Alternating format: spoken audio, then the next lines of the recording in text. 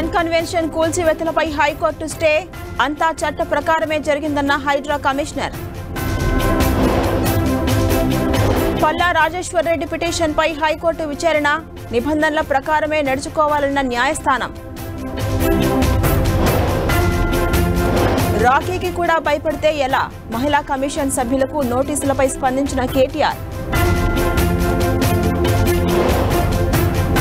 పట్టా భూముల్లో ఇసుక తవ్వకాలకు అనుమతి వచ్చే ఏపీలో మంత్రివర్గ సమావేశంలో ప్రతిపాదించే అవకాశం.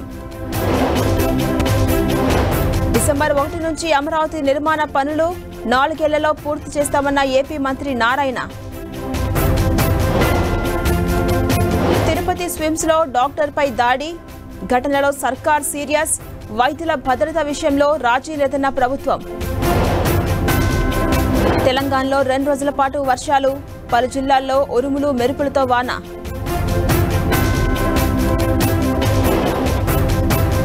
మూడు కీలక నిర్ణయాలకు కేంద్ర కేబినెట్ ఆమోదం, కేంద్ర ప్రభుత్వ ఉద్యోగులకు యూనిఫైడ్ పింఛన్ పథకం.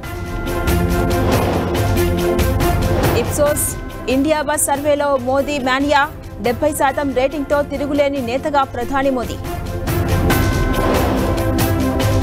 జమ్మూ కశ్మీర్ బారాముల్లాలో టెర్రర్ అటాక్, భద్రతా దళాల కాల్పుల్లో ఉగ్రవాది హతం.